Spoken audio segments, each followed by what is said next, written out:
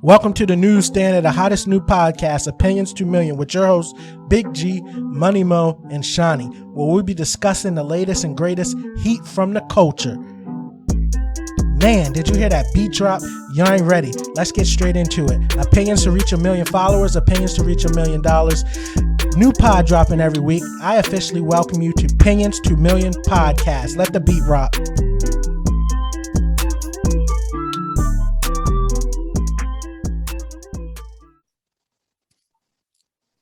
Yo, what's up, everybody? We back in action for episode 5. We got Shawnee back in the building, and we got special guest Joe Stalin. What's up? What's up? Yo, put the whole government out You there. already know. You already know. And I'm gonna give y'all a quick topic rundown. What we're gonna talk about today. We're gonna talk about the Jake Paul, Tyron Woodley fight. We're gonna talk about the Kanye album, Donda, and Drake about to drop Certified Lover Boy. We're going to talk about Cam Newton being cut recently and give y'all a quick NFL season update. We're going to have y'all talk about the Millennials versus Boomers, cost of living. And Joe, the special guest, going to give us some Miami updates, you know, what it's like to live in Miami, and he's going to give us some fitness tips. And to finish it off, we're going to talk about Lil Nas X and his antics. He's been in the news recently, so we're going to talk about that definitely. So to start it off, we're going to talk about that Jake Paul and Tyron Woodley fight. What you got, Joe? Let's start off with you. You know, you're gonna put me on the spot. I mean, sir. I wasn't surprised that Jake Paul won. He's been training hard for a while, and honestly, like I thought that both those boys were douchebags when I first saw them like 5 or 6 years ago. But they've worked their ass off the last couple of years, so I give them a lot of credit. Like they've come a long way. They're training hard, and I mean, even to get like that much attention and be able to fight in those big fights like that against big fighters and like put out respectable performances, like it's a lot harder than people that are just sitting on the sidelines talking shit about it really realize. So I respect it. Yeah, everybody talk about it was fixed. Like Tyron Woodley didn't want to knock him out. I'm like, yo, I think Tyron Woodley, he's not as good at boxing as people think he is. I know he's a UFC fighter, but boxing is a whole different world. Yeah, and Jake Paul was actually totally training. Different. It's totally different. Jake Paul was training way more than him. So people got to understand that Jake Paul was a real threat against him. Yeah, no, I'll tell you, me watching it, like I'm not really a boxing like critic. Like I don't watch on the regular. I'll watch like a big fight or whatever. But just looking at it, it looked like Jake Paul, he looked like he was worn out, exhausted, where Tyron really wasn't. And there was like times where I was like, dang, like he's just gonna tap out like Jake Paul. But I mean, he stuck through it. And I thought Tyron was gonna win. I was surprised. I mean, but then again, I'm not the best boxing critic. But I mean, I feel like Tyron, I know he's retired from UFC or something, but I just feel like he would have had a lot more stamina just because he's been doing it, you know, just fighting in general for his whole life. I feel like it caught me by surprise just to see that. Yeah, man, the boxing and UFC is totally different. You know, the threat level and like what you got to prepare for and things like that. As far as grappling and wrestling, you know, when you take that out, people were saying that Tyron Woodley was an elite striker in his UFC career, but you can just see how, you know, that UFC skills transfer over to boxing. Somebody like Jake, who took it up like less than 3 or 4 years ago, was able to, you know, kind of just use the point system, right? Because we all know he might have took that L in the 4th round with that the ropes held him up. But yeah, definitely. In boxing, it's a point system, man. You gotta keep throwing the punches and not get hit, right? I think Woodley only threw like 8 or 9 punches in the first round or 8 or 9 in the second round, right? So based off that, you know, he lost the first 2 rounds right then. Because, you know what I'm saying, is like he was looking for that one big hit and he got it in the 4th, but it wasn't enough. And then he just couldn't put the combo together, right? He kept on, you know, trying to get the one hit. He was like in the later rounds, he was getting that one hit, but he just couldn't, you know, piece the combo, give you that 1, 2, 3, 4, you know what I'm saying? The 1, 2, the straight jab, double tap, you know what I'm saying? It was just like one, and then they would dance and tie up. And then he had that super awkward stance, man. I don't know what kind. He's like he was shooting for a double leg or something. Yeah, he embarrassed the whole black community. I don't care who will say. Stop. Nah, that was Nate Robinson, yo. Nah, yo. So I'll say this. Hold on, I gotta say this though. But like, so I'll look at it like this. Like both the Jake Paul, like, even though like he's just picking up on the skill of boxing now, and so is Tyron, I give him props. So just because he's able to like box with these athletes, like former athletes, no matter what sport it is, right? Like they got good stamina, good conditioning to be able to like survive boxing rounds for that long, that's like that requires a lot of stamina, a lot of like fitness. I'm sure Joe can speak on that too. It's not easy to just like go in there and just like box somebody, like, you know, just being a random person. And he did that, and he put up like against Nate Robinson being a basketball player, Tyron Woodley being a fighter. I think that was it's cool to see, but I still thought that Tyron, I expected him to win. Tripping, man. Yeah, it's embarrassing. Like I was saying, it's I kind of like when I look at Jake Paul and Logan Paul, they kind of remind me of Trump. Somebody we took as a joke. Somebody we took as a joke becoming a serious threat. Like nobody ever thought Donald Trump become president, and nobody ever thought to this day, if you seen Jake Paul back in the day, he would beat Tyron Woodley in the boxing match. I mean, but they was athletes in high school, man. Like yeah, but Tyron Woodley. The pro athletes, like these guys, yeah, like like these guys, like these Nate Robinson. That's all an pro NBA athletes start somewhere. They all Gary's start right somewhere. about that. There's a lot of. I've played soccer at a professional level, and I've seen a lot of people that didn't play professional soccer that are better than people that I know that did play. And I mean, that's not to say that people that aren't playing pro soccer are better than like the people you watch on TV, but like the gap's not as big as people think it is in some cases. Yeah, that's true. Man, what do y'all think? Y'all think the celebrity boxing wave is going to keep going in? I thought I seen a tweet from Jake saying that he's going to retire. Who y'all think is next? I seen him call out Tank, Canelo. You think he's going to McGregor? You think he's going to get a shot at one of these people, or you think he's just going to keep picking off the UFC fighters? So I think a good one that he should challenge is probably Nate Diaz or Conor McGregor. I think when you really start talking about like actual boxers like Tank and all them, that's when he really gonna get knocked out. So I think like for entertainment purposes and like it could be equal, maybe like Conor. Let me ask you this straight up, Mo. You think Tank got enough power to knock out? Oh yeah, for sure. He killing him. He's coming in at 190, yo. He killing Tank him. is fighting Tank be sparring people and knocking them out. 130 and 140, yo. He coming in 50 pounds heavier than Tank's heaviest fight. Yeah, he killing him. You think that power's gonna transfer over? Not yeah, it'll definitely. He's knocking out people like that in sparring. I mean, I want to see both of their brothers fight. Both of the brothers just picked up the sport. So I think it'd be interesting to both their brothers. Just yo, you getting the play messed up, Z. It's a money grab, man. It's a money. It's about illusion. If they fight each other, no one's gonna watch it. They're gonna watch it, but then that's the end because then one of them takes the L. Right. You see what I'm saying? It's all about. I mean, Logan's already taken some L's and earlier when he was facing other YouTubers. KFC. I forgot his name. You'll say KFC. Oh yeah, KSG. Yeah, KSI. Yo. Oh yeah. Yeah, this man most said KFC. Yeah. Tank knocking them out though. Stop it, man. I'm happy to see what's next, man. I hope it continues. It's always interesting. I think the celebrity boxing really didn't put some fresh energy into people getting interested in boxing. And really it was only like the heavyweights and the lower weights, like 135, 130. Like middleweight, Yeah, that was keeping me interested. I'm only looking forward to Fury Wilder and then like Tank, Devin Haney and Ryan Garcia. Other than that, I really don't care that too much about boxing. Right. And it's like I said, all these young gunners coming up. It needs some more excitement. Let's move on to this one. The Donda. The Kanye album. Let's talk about that one. First, I'm gonna say something real quick and I'm gonna let y'all go. Trash album. I don't like it. I respect what he was doing with the biblical names and all that stuff, but it's a trash album. Man, I ain't gonna lie. After I got indoctrinated with that satanic chant on the first track, man, I don't know what that was. Yeah. Donda. So they said the satanic chant, boy. I had to cut that album off. I didn't know what was going on that joint. There was a couple decent songs off it. Yeah. I thought it was all right. I don't think it was his best work. I'm gonna be honest as a Kanye fan, but I definitely think he did the right way in terms of marketing it and getting the numbers he did with Apple and Spotify and everywhere, like being the top artist. I definitely think he took the right approach, even though like the work wasn't there. It's not to say it's a horrible album. It was just to say that I don't think it was his best work and what we all expected from just the hype of Donda. I'll say that.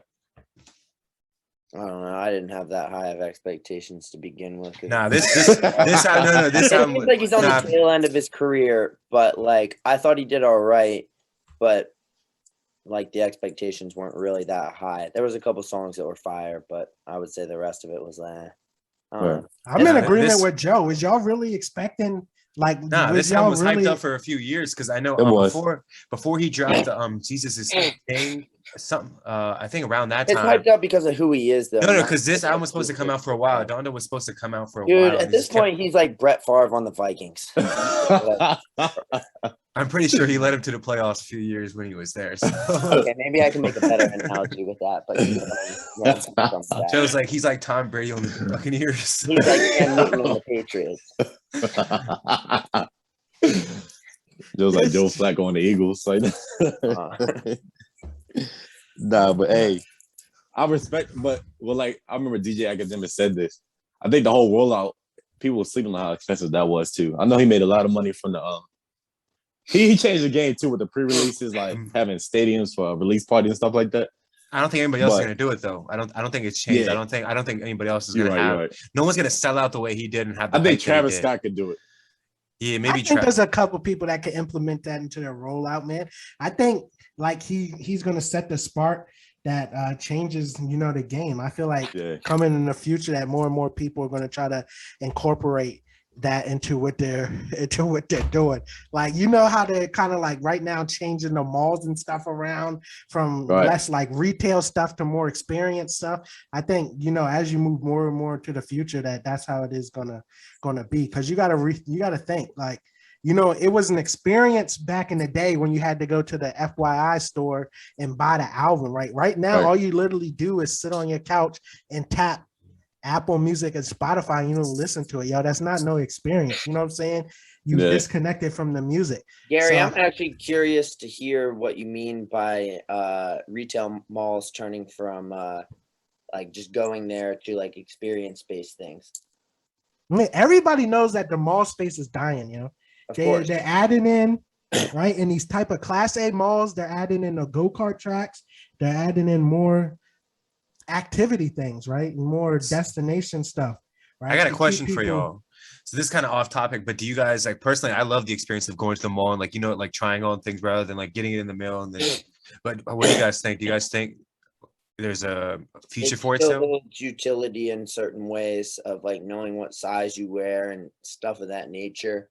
I do wonder if like with virtual reality technology, if like you'll be able to like virtually try on clothes, but like there's always something to it in terms of feeling the texture and seeing how body. Yeah, that's what you're just never gonna know until you actually go there. So for me, I don't see that dying out, at least not anytime soon. And if it did, it would be a mistake, and people would want it back, and so there would be a reason for it.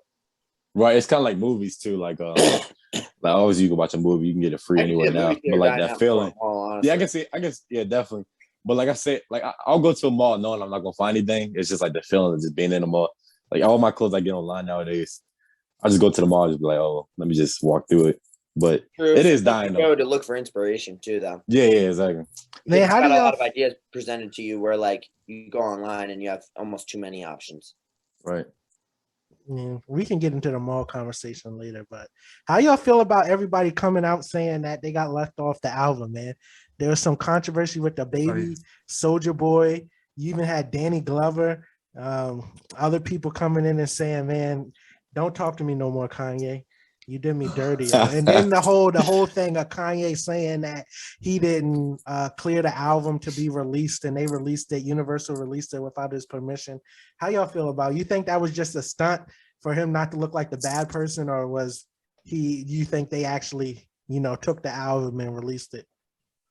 So I think I saw Soulja Boy's reaction. So for one, I think maybe he was going to come out with like a deluxe album, or he might even still like now come out with a deluxe album later with everyone's feature that was left off, and just to kind of make up for Universal releasing it early. But I think, again, it could be his way of like, I don't know if he's actually telling the truth with knowing Kanye. Like, it could just be a publicity stunt where he's just saying, oh, like it wasn't ready, and they put it out to kind of make up for the people that are upset. But just looking at Soulja Boy, he looked like he was really upset about it. I was watching his videos of him cussing Kanye out and talking about, I think he's dropping a diss track today, if I'm correct. You still care about Soulja Boy? Right. Yo, Right. you tripping? Soulja Boy's been hot recently. Not the Soulja Boy's music. been Not the hot, music, yo. yeah, not the music. Not the music. Recently, he's been in the he's got his name out again. So You this gotta is- put respect on Soulja Boy name. No, I He's do the got first respect rapper to for do doing everything. it as an entrepreneur. I just mean music wise. No, so here's the thing about Soulja Boy. He does things like Shows like this Crank in order Test. to. Soulja Boy does things like this in order to stay relevant. So this is all part of his plan. So just like complaining is going to keep him in the news more and more. So he's like, okay, this is a good way to do it. He claims to be the first. Because the to do verse is everything. trash. I heard it. You heard? Oh yeah, he played it in the video. Mo just a hater, yo. All He he, really is. all he Soulja cares Boy- about is Drake, yo. If it Yeah. ain't, The if GOAT. it Drake related, yo. Anthony, why don't you Oh, have yeah. that part? Okay, no, speaking of, well, actually, we'll get into this later. But I mean, if you want, why don't you have that certified lover boy part in your head? Oh, the military. I joke's would get corny. it though. Why not? If I was in the military, I would get it. Why can't you Yo. get it now when you get a haircut? So I was thinking about getting it in the back of my head. That's first. It'd be like if you do That a would tip, not be if you do a fresh, taper like on the bottom part of the taper, Z know it's fresh.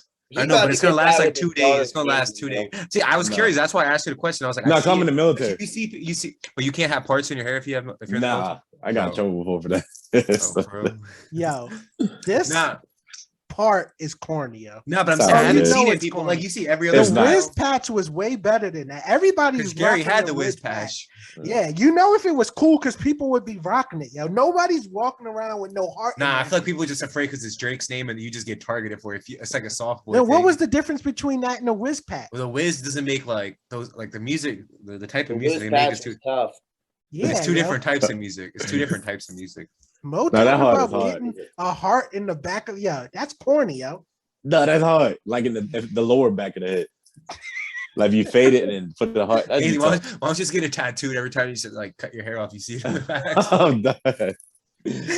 Drake at the game in disarray. Let's move on to Certified Lover Boy because he got the Kanye. He tried.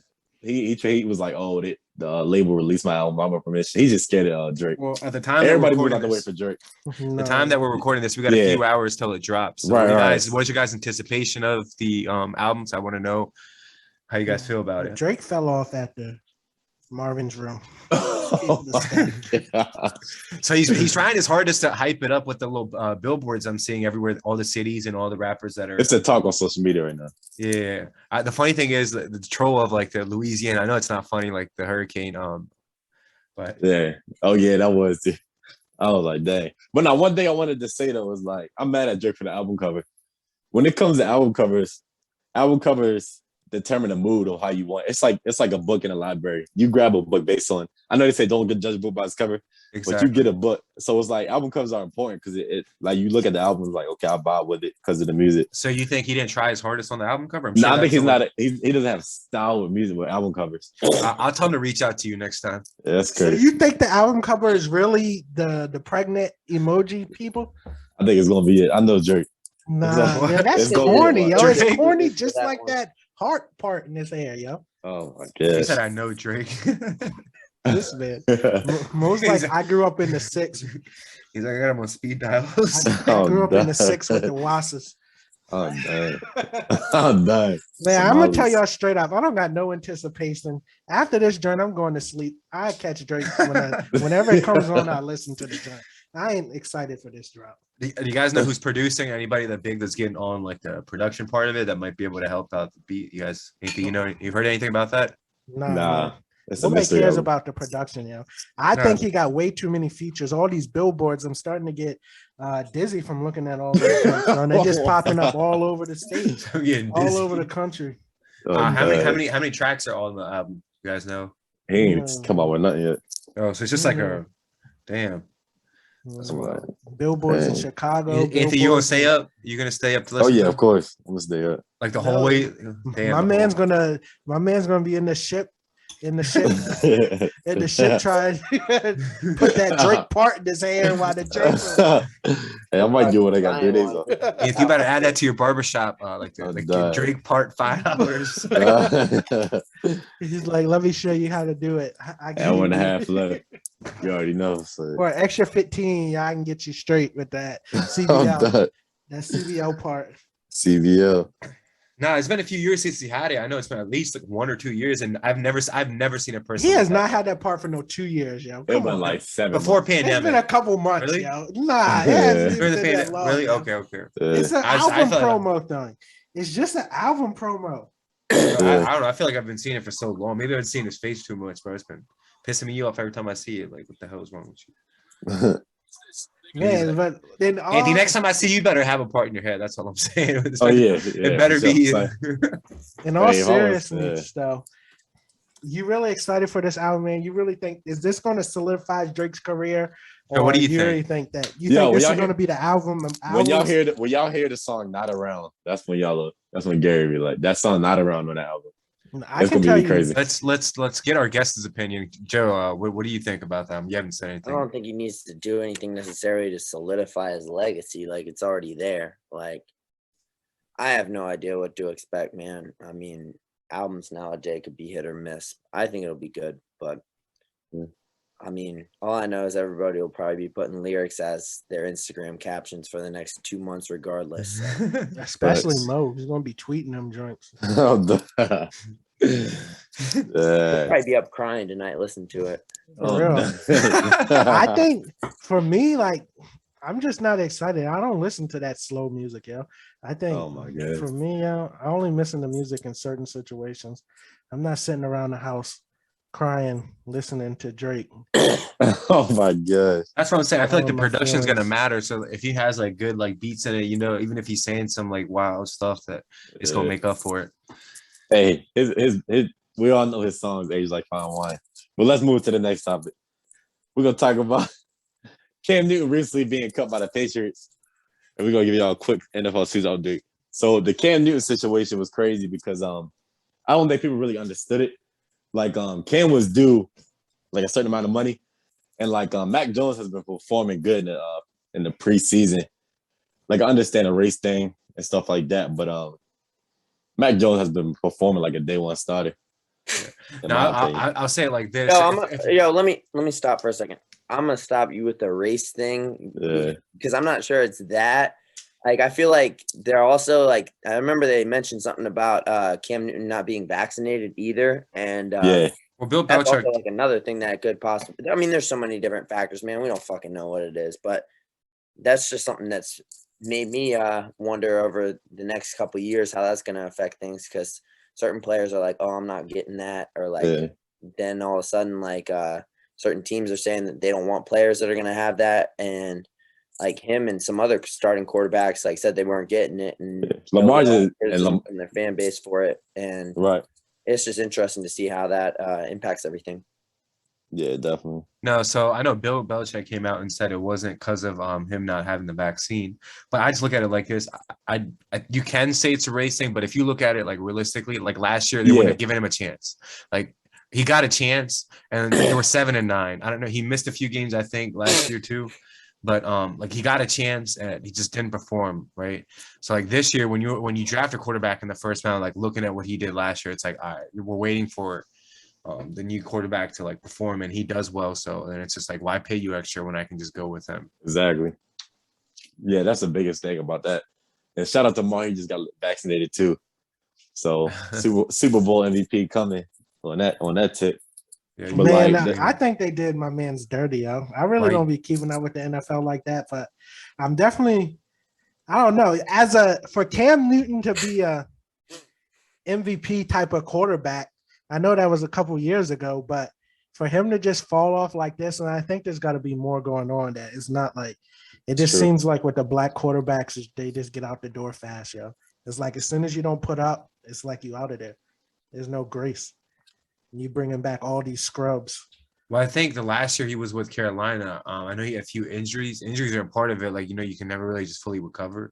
But you're definitely right. It does seem to look like that with black quarterbacks not getting second chances, where you see other quarterbacks like failing again and again and still getting another chance. All right. But hopefully you get picked up by a new team, yo.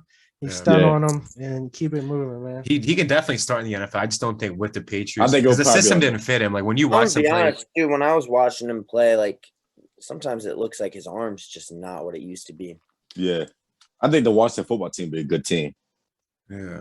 Well, no, they got Fitzpatrick. Fitzpatrick always plays good in the regular season. Yeah. And then That could be playoffs the come case. and he's like the most like garbage quarterback there is. Do you think the case that he just don't love the sport anymore? Yo, I know Yeah, he's doing this got thing like with the cigar bar and everything down. Is that in Florida somewhere? Maybe Miami.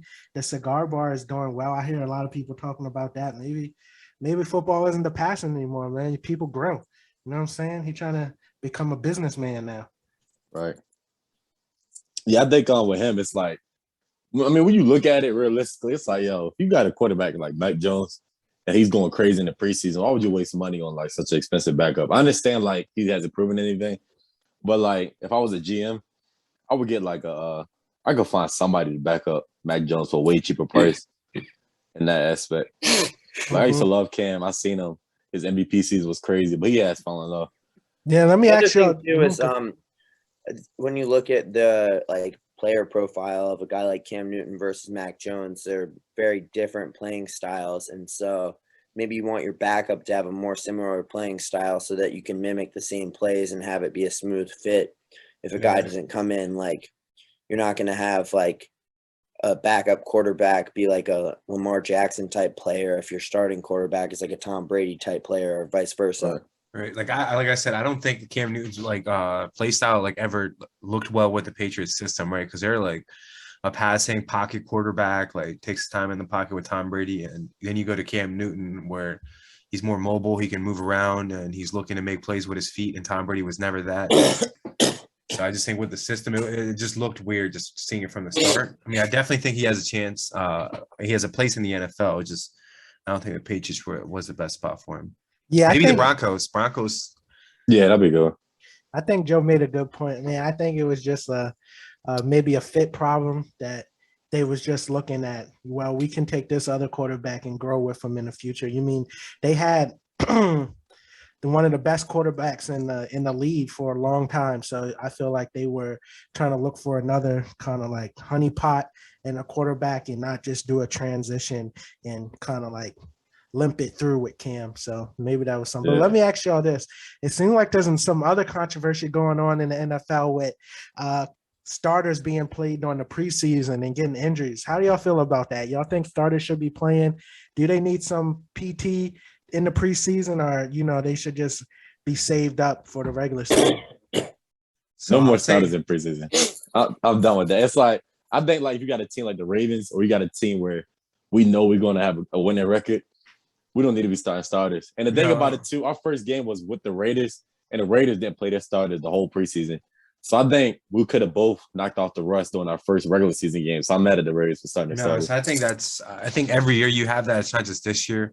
You have that every year. You have it in training camps too. You have players like tear muscles and in regular training camps. I don't think it's just a preseason. I think preseason you do like you keep it at the limit that it is, like the first one or two series, and just keep it at that.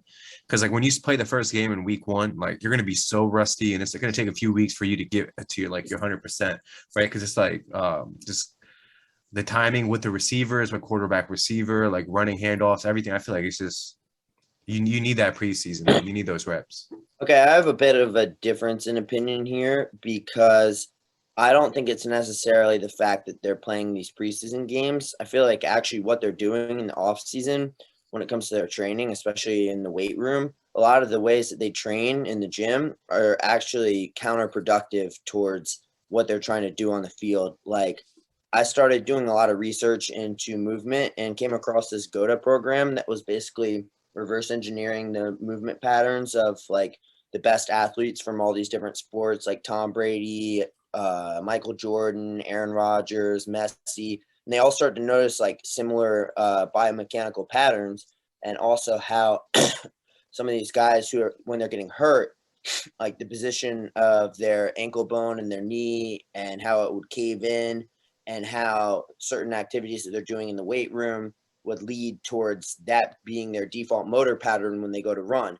And what you see now is more than ever, the rate of non-contact ACL and hamstring injuries and all these injuries is going way up. And one thing the Patriots have always done well, actually, is that I think they said they had like 3 hamstring injuries in their entire team over like a 15-year period. So honestly, like a non-contact injury should not be a thing. And if a player has a non-contact injury, they're at fault for that. Like they need to like adjust, or the team is at fault for the training style that they're choosing with their players, and they need to adjust that. And so it's not necessarily the load that you're putting on the players, because I mean it's not a big deal for them to go out there and play a couple sets in the preseason, and they shouldn't really get hurt. Now, granted, there's going to be times where there's contact injuries that are unavoidable, and that sucks. And so maybe you don't play your guys as much because there's not as much to gain from it. But at the same time, like you can't look at all these injuries and say, oh, they shouldn't be playing or whatever,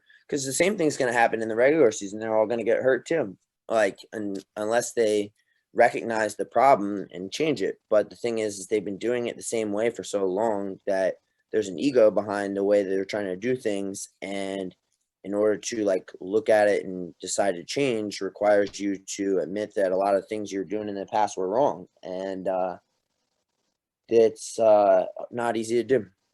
Yeah, no, I kind of agree, because I feel like with an athlete, like it's not just about like being good, right? Like there's definitely athletes like for example, like Brandon Roy, like, you know, they had the potential, like this, but then like an injury is a part of a reason that they couldn't reach their potential. It's kind of on you.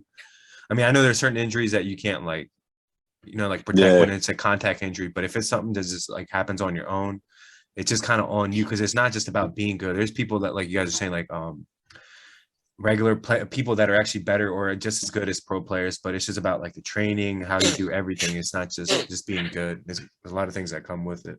Yeah, I think the most annoying thing is like I understand what y'all was saying, but like the fact that J.K. Downs got injured, he like got wrapped up between like two people.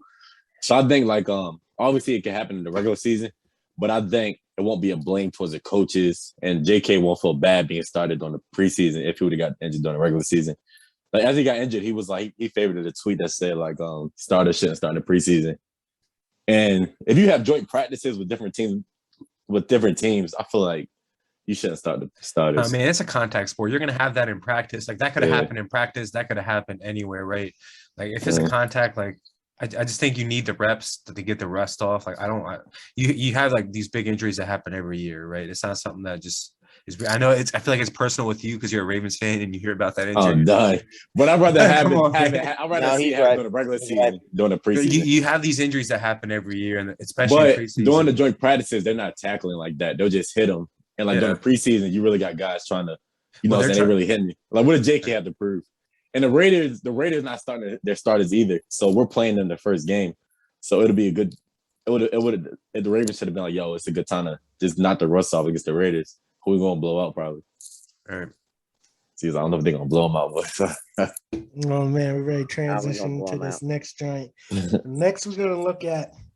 There's been a lot of controversy, or there's been a lot of hype going up about this post showing like the difference in cost of living between millennials and boomers, and that's been a big contention because the millennials are the only generation of people that compare to the boomers, right? They're only one in size. Like, and when the boomers came up, they were the biggest generation, and now you have the millennials, which are outpacing the boomers as far as size. So there's this. I just shared my screen.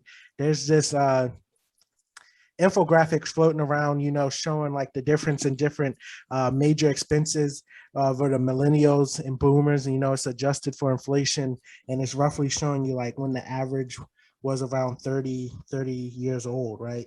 So, I just wanted to go through this and see what y'all thought. All of us are millennials, and, sometimes we'll hear our parents and stuff talk about, when I was your age, I was doing this, I had this, I had that. And I think that this infographic really makes it clear that, times have definitely changed. Things are a lot different and a lot more expensive. It was like capitalism. Mm-hmm. So if we go through this, it's saying that, major expenses for the boomers in 1990 versus millennials in 2020, right? For a 4-year college tuition, the boomers were paying roughly $30,000, and millennials are paying roughly $100,000, right? Which is showing you that it's a 233% difference between, you know, what we're paying to go to school and what they had to pay to go to school. And you got to remember, back then in 1990, school wasn't required. Like, you didn't have to go to college to get a decent job, right? Right. Like, now college is almost a mandatory, right? It's starting to change, but you know, college is almost a mandatory. It's almost like a high school degree. I'm gonna disagree with you on that point. I feel like it was more mandatory before than it is now. Like, there's a lot of people that I've met out here in Miami, like kids that are like 20, 22, that are making like 10, 15K a month that dropped out. They don't fit in the millennials, Joe. That's what I'm saying. It's changing now. They in Generation X, right? Or Z, whatever it is, right? So they're changing the mold with the internet and things like that.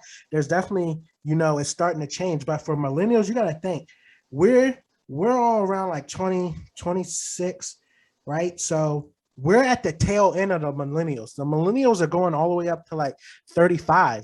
You see what I'm saying? So when you think about that, if you think of like the age range, like in the last 5 years, I would say there's been a real shift and saying that college really isn't needed. And we say, but before then, it was like college was pushed as the way you go. But moving on. So I don't know how y'all want to do. You just want to go through everything or talk about it one by one, but let's go to the next one. Average car price, right? For the boomers, it was $9,500 and now it's $37,000. So that's a difference of 289%. 1 gallon of gas, right? To fill your car up, $1.10 versus $3.20. 191% increase. Average price of a new home, 100K versus 300K now, which is 200% increase. And then once you get that home, you know, you're gonna have some kids and stuff. So the average cost of raising a kid is 120K versus 250K, 108% increase.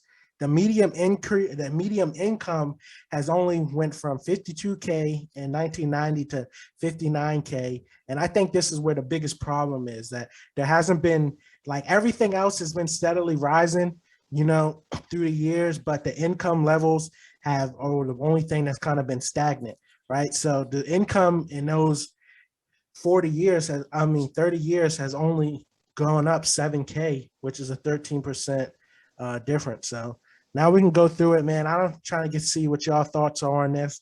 Do you think that this is accurate? And do you think that this is why, you know, the millennials are getting a hard time from their parents and things like that? I would just say one thing, just looking at the chart. I think when you look at cost of living and cost of raising a child, that's what child support should be for 18 years. You just divide that by average out each month instead of getting paid more just because the man or the woman makes more. Like, back to what you guys talking about. No, that's true. It's like, it's so hard. Like, it's crazy because like it's like impossible if you make a minimum wage nowadays to make a living, especially like different states and stuff like that. I can't imagine being like working at In-N-Out in Cali, trying to survive or something like that. It's just like maybe back in the day you could survive, and that's the biggest. That's a big thing too. Realizing that the incomes haven't really changed that much, but the prices of stuff have went up. So yeah, there's been a lot of studies showing that, like, if you work in a minimum wage job, like, you can barely afford to survive. Like, you can barely afford an apartment in most places. Yeah, you can't. Right? It's hard to live. Do you guys think that back in the day, like living on minimum wage, were they able to survive then? Because this is the medium income. So when you look at, I'm sure like the minimum wage back in the day was a lot less than it is now too. I mean, I know it's not significantly higher. A lot less in dollars, but it was probably actually more in it actually was more in terms of the value of that money. Yeah, okay. So let me show you this. In that sense.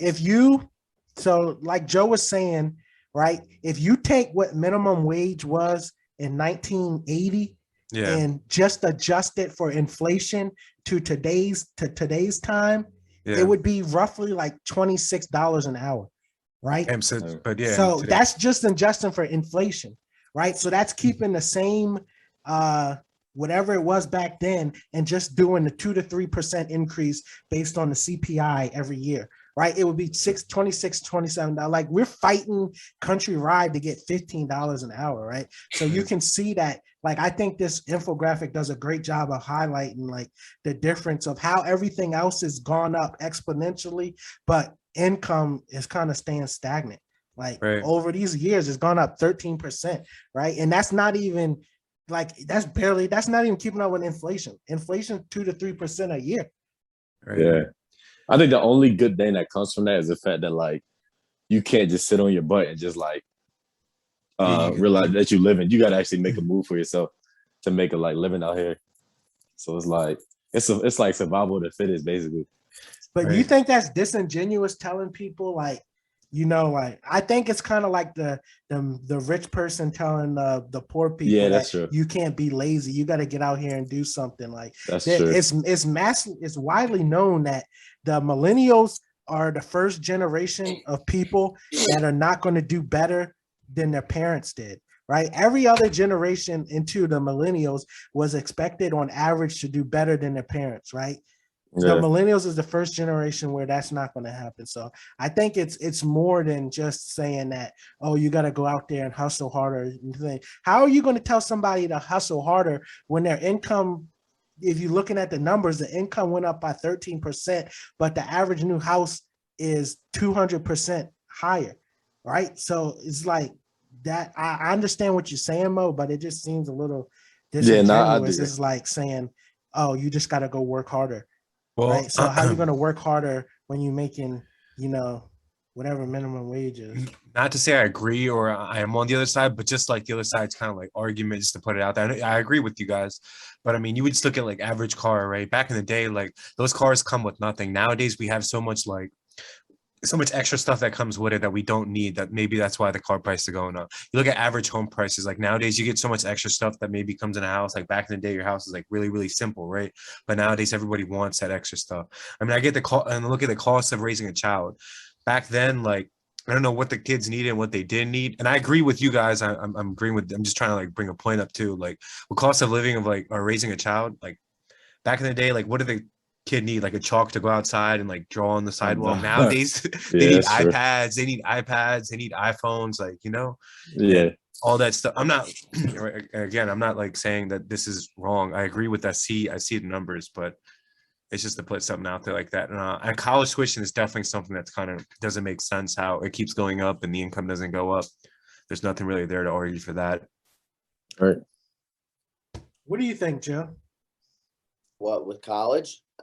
Of everything, just how the prices of average goods have gone up, but income really hasn't changed that much over the years. That Z mentioned that it is kind of survival of the fittest, and you got to put yourself in situations at this point where you can find high-paying jobs or develop a skill set that allows you to get paid what you're worth if you didn't learn that in school. And even if you did learn it in school, like, that doesn't guarantee you shit anymore really in life. So you have to find your way around, and you're not just entitled to a job just because you went to college or this, that, or whatever. Yeah. I feel you. Yeah, I think the world is really starting to change now, and you're kind of seeing that transfer into more kind of like entrepreneurial stuff and putting less focus on college and degrees and more of like, what can you do for me and what utility do you bring to the world? So it's a lot more than a piece of paper, but I think that's going to transfer into our next topic, where Joe's going to talk about some of his experiences in Miami and tell us about these 22-year-old making 15K. Yeah, Joe. Is it like, what is it like? I know everybody see like how Miami is on pictures. What is it like living out there versus seeing pictures? Okay. I would say it kind of feels like you're on vacation every day to start, because I mean, you do have everything that's going on in pictures, and pretty much all you got to do is just simply step outside and you're right in the thick of the action. And so that was really what drew me to all of it, honestly. Like I just saw so much going on there and so much potential for opportunities to make money, have fun, meet new people, be around like-minded people and people that were trying to make the most out of their life. And it was kind of gathering and like attracting a certain type of people to come down there. And what I've noticed is it's really easy to make friends there, but then it's also like you find there's downsides to it too. Like it's easy to be distracted, and it's easy to find people you really don't like there, that like you just look at them and you want to punch them in the face. Like there's a lot of that there too. And yeah, I mean, it's a very interesting environment to be in, and I feel like it's competitive and just a whole lot more going on. You always got to be on your A game out here, and I love it. So you said every day is like a vacation. So how do you think people, or how do people get their stuff done? Like that you got to take care of like work wise and the cost of living. Compare that. I mean, you've been in Maryland. What people actually say, and you've been in there. So like compare the two. So okay, so cost of living I feel like has shot up a little bit, but that might be just simply because of COVID. Like I realized that like eating at a fast casual restaurant like last year like used to cost like 13 $14, and now it's like easy to spend 20-25 bucks at a place. And then if you're going out to an actual restaurant, then you forget it. God knows how much money you could spend eating. And rent prices are maybe, I don't know, they're pretty similar to DC and other major cities, to be honest. I mean, it might be a little bit more expensive, but at the same time, there's actually a lot of different available housing options, and they're building a whole lot more. So they'll never really truly be able to fill it up, at least at this rate, because they just keep building more and more. So there's opportunities to move here, and there's options with it. And it's like the most popular place for people to try to move right now. Now, when it comes to avoiding distractions, that's going to be dependent on your personality type, really. Like certain people are able to separate the work and play and get their work done and then go out to the playground, and other people simply will get lost in the sauce out here. And so you got to be built different. Yeah, what's it like being on, like, I know everybody's like, when Miami, it's like an image thing. What's it like trying to like keep up like with the fitness things? Trying to like, cause I know Miami's big for like working out, stuff like that. Keep up with the Joneses. Yeah, keep up with the Jones, yeah. Okay, so the first thing I realized when I came here is it's like I did see that whole game of like trying to keep up with other people's money and status and image and this, that, and whatever. And the first thing I realized is it's like, yo, there's always going to be somebody that's bigger, faster, smarter, stronger, got more money, better looking, this, that, whatever.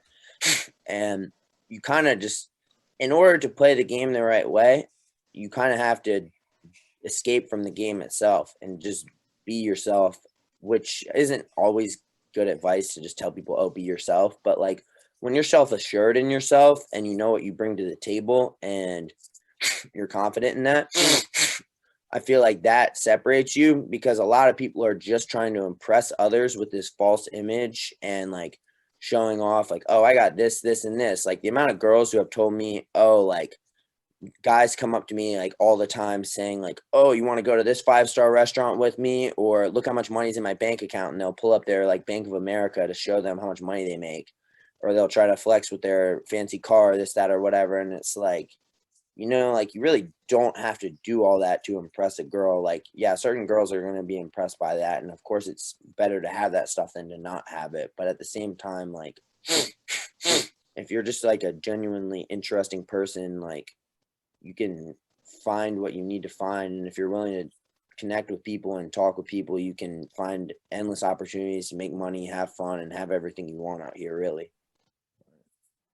Yeah, like the a big thing too is like I know people see like the vacation part, but what do you think is like, do you always feel like Maryland is like a real home feeling, or you feel like being on a vacation you'll never get tired of Miami?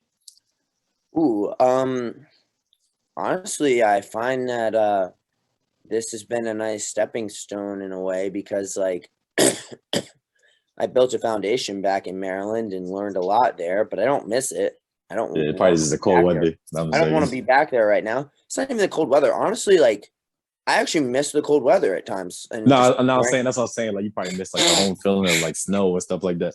Yeah, like I miss being able to wear a sweatshirt and stuff like that, or like feeling the cold. Baltimore vibe, DC but like vibe, the thing I don't miss is how people react to the cold, because most people, when it gets cold, they don't want to go outside. But like it's perfect weather out here almost every day, so everyone's happy and they want to be outside. And right. Yeah, so that makes it nice. But honestly, I've found it easier to meet like-minded friends here who are on a similar path and trajectory with their life and are really pushing themselves to be the best they can. And so I found it easier to feel at home and find friends in a time where I actually found that difficult in the last year with COVID in DC. I really didn't meet that many new people.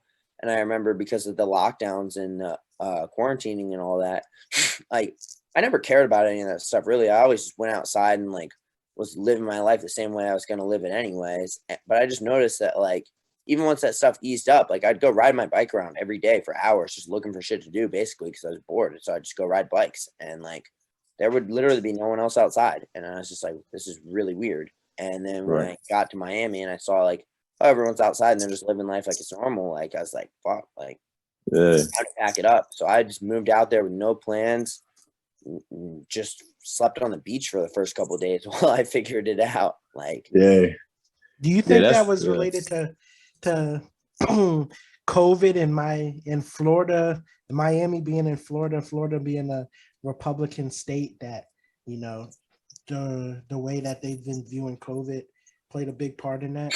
If you're into any kind of like but that don't care red city.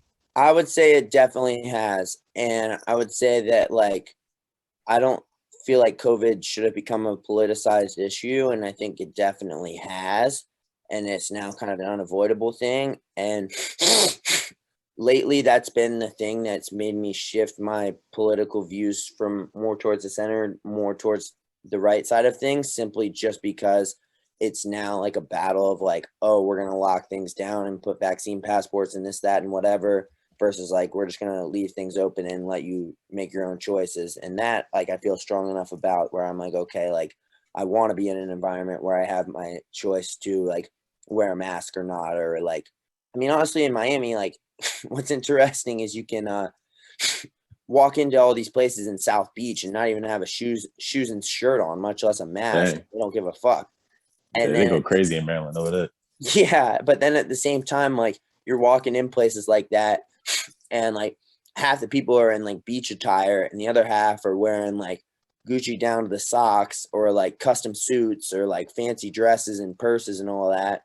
And so you see like everybody's like in this like melting pot of like different like statuses and there's a lot of living. Yeah, there's a lot of Latinos here, imposters, like a lot of people that are faking from Europe now, like, and a lot from South America. Like, yeah, it's just a mixing pot of different cultures. And yeah, there's a lot of people faking it, of course. I feel like everybody comes here to put on an image, so you kind of sift through that. But once you've been around the type of people that you know and trust and that you like the real ones, basically, you start to be able to sniff out real quick who's real and who's not, and who you want to keep around. And then you just keep your circle small. And it's harder to trust people out here, honestly. Like, I feel like I almost kind of went into situations by default trusting people until they proved not to be trustworthy. Whereas out here, like, it's not, I haven't been burned at all by people, but it's just simply, you know, like, yo, I straight up kind of can't trust people out here. Like, especially unless it's like my inner circle, really. No, I think you coming here by yourself without like knowing anything too much of Miami, you kind of have to take that mentality. But I got a question for you. You mentioned earlier this being a stepping stone for you when you were comparing it to Maryland. What do you think's next? Like, what places you got in mind that you want to go like check out? One of the things I liked about Miami is the fact that it has easy access to South America. I'm interested to explore that part of the world and improve my Spanish. I lived in Costa Rica for a little bit, and that really allowed me to get a grasp on that and learn the Latin culture and the language and explore what was there. And I had a lot of fun with that. And that was just a big cultural shift from what I experienced back at home.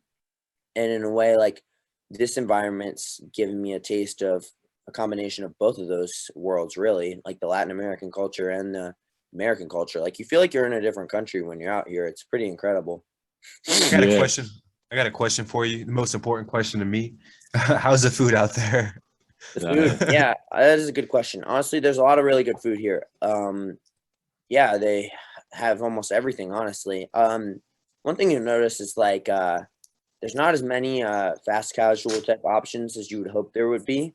There's still like a decent amount, but like even just like staple things that you're used to having all over the place, like back at home in Maryland, like, you know how there's like a Chipotle on every block now, like McDonald's, and like there's not even a Chipotle in South Beach. Like there's one in all of Miami. It's in Brooklyn. It's just like, but they got other things, so it's not like you gotta rely on something like that. And that's kind of just like a vanilla option that's just always there, like a comfort blanket in a way. But like, it's nice to have that type of stuff. But you find other things that replace that, and there's plenty of good restaurants. And then once you go and start spending some real money to go out places, you can have some incredible dining experiences. Wouldn't say that the food experience is any better than Maryland. I would say it's pretty similar. That's what's up. What like a quick fitness tip, like before we move on to the last topic. How do you stay motivated like every day, like when it's time to go into the gym? Okay. That's an interesting question, because I actually feel like the whole idea of staying motivated is kind of bullshit. And like, not in the sense of like motivation, like being bullshit, because like, yeah, of course we all want to feel motivation, but the reality is none of us are going to feel motivated every day of the week. Like some days you wake up tired and not feeling like doing shit and hungover, this, that, whatever. And other days you wake up feeling great. But I think the secret to it is you just do it whether you feel like it or not. And that goes for anything, really. And like when you have a bigger goal and a vision and in your mind, and you know what you're capable of and what would make the future version of yourself proud versus what kind of habits are going to disappoint the future version of yourself, it's easy to like make that decision to be like, hey, I'm gonna go to the gym, I'm gonna get this running, I'm gonna go do this, go do that, I'm gonna do this for myself and work on this and build this, because like, you know that you're building towards a better version of yourself, and ultimately you can't cheat that self-image that you've put of yourself in your head in terms of whether or not you're putting in the work or not. And so it doesn't feel good. Like personally, I feel like shit when I don't like stick to what I know I should be doing. So then that is harder for me than it is easy in a sense to just like lay in bed or whatever. Yeah. Yeah, we appreciate it, man. We ready to get into this last topic before we call it a wrap, man. Lil Nas X been going crazy, man. His last antics has taken Twitter, the social media world, by storm. He posted a picture of him pregnant, talking about his next child is on the way, man. What do y'all think? Hey, let me start this off. I'm tired of Lil Nas X. I don't care who come at me. It's just like, you know what I'm saying? Especially being like a religious person, being a Christian, it's just like seeing a platform they're hyping this dude up to is sad. And it's like, if you're against this dude and you tell people that, they'll cancel you out. Like if the baby was like, I don't like Lil Nas, they would cancel him and make him feel like he's the worst person ever. So I just feel like he's like he's untouchable in the sense of like the world is headed to the wrong place. I feel like Lil Nas X was the ultimate like MK Ultra Trojan horse for like people trying to. So what they did was he didn't even write Old Town Road. They just had him perform that song, and they built him up to be this star and this children's hero. And I remember that video of him performing at the elementary school surprise concert and how cute it was and all that. And he's like fucking children's hero. And then all of a sudden they got a music video of him getting butt fucked by Satan. Oh my God. What the fuck? Like, and it's so obvious that like the way that MK Ultra has gone about mind fucking people and using music and media and TV as ways to manipulate the way people think and to push subliminal messages into their programming of society. No, I'll say it like this. Pretty outrageous. Right. Yeah. No, I agree with all you guys. I just from one thing I'll say is like me just knowing, not really listening to his music. I know he's got that one song, but what else does he have? Like, does he put other music that people actually listen to on the regular? Well, yeah, I'm sure he's got a fan base now. He got some songs recently, didn't he? Yeah, he got some songs. I'm not going to the Old Town Road, like it was a hit. Like if you say you didn't like that joint, you lying, you know. No, it was a good song, but I'm saying after that, like after that he has some slight joints. No, I haven't listened to him, but the one where he was getting butt fucked by Satan in the music video actually ended up being really popular, and that was what caused so much controversy behind it. Hey, I think when you sell your soul, stuff like that'll happen. No, let me put it like this. Yeah. I think that like Lil Nas X is 6ix9ine, you know. 6ix9ine used the gang, and Lil Nas X is using his sexuality. It's just a way. It's just a way for them to